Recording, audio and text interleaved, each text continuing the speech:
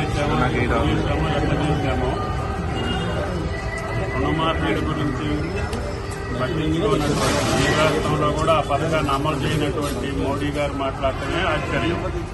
BJP పాలిత రాష్ట్రాల్లో ఎక్కడైనా చేసి అదే పద్ధతిని అవలంబించమన్నా కూడా తెలంగాణ ప్రభుత్వం సిద్ధంగా ఉంది.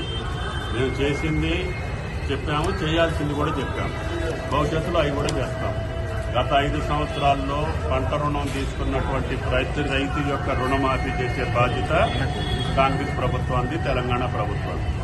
ఇప్పుడు వరకు 2 లక్షల వరకు ఉన్నటువంటి రైతులకు చేశాము. 2 లక్షల పైన ఉన్నటువంటి రైతులు కూడా చేస్తామని చెప్పాము. దానికి షెడ్యూల్ ప్రకటిస్తాం. మీకు ఒక మాట,